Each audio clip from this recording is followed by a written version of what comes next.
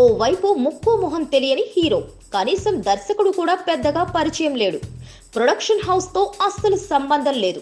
కానీ సౌత్ లో full bass ఉన్న తమన్నా మాత్రం జాగ్వార్ లో ఐటెం సాంగ్ చేసింది. హీరో నిఖిల్ కుమార్ తో కలిసి చిందేసింది.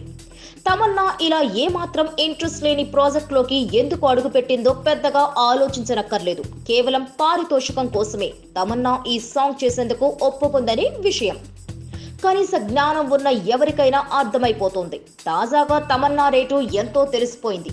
ఆ ఒక్క పాట కోసం ఆమె ఏకంగా 2 కోట్ల రూపాయలు తీసుకుందని తెలుస్తోంది. అది కూడా కేవలం 3 రోజుల కాల్ షీట్ కు 2 కోట్ల రూపాయలు తీసుకుందట తమన్నా.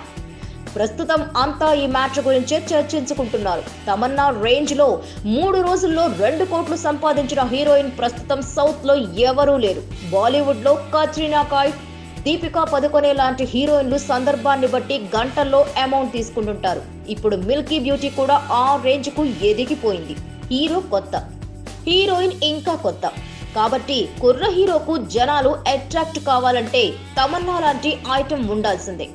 జాగ్వార్ టీం అదే పని చేసింది. అందుకే ఏకంగా 2 కోట్ల రూపాయలు సమర్పించుకుంది.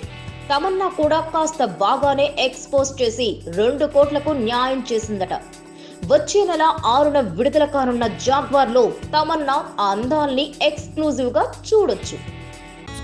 Please subscribe. Hi, it's me Purna. Please subscribe.